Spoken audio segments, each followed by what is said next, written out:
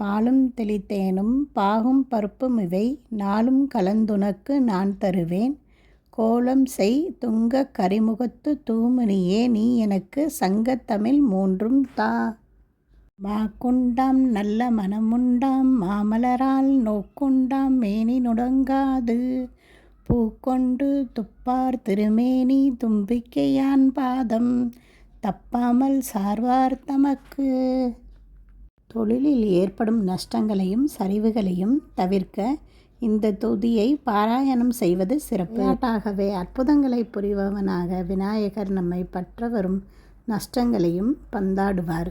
தினமும் குறைந்தது 4 முறையாவது 12 முறை இந்த துதியை சொல்லி வந்தால் கட்டாயம் பலன் உண்டு.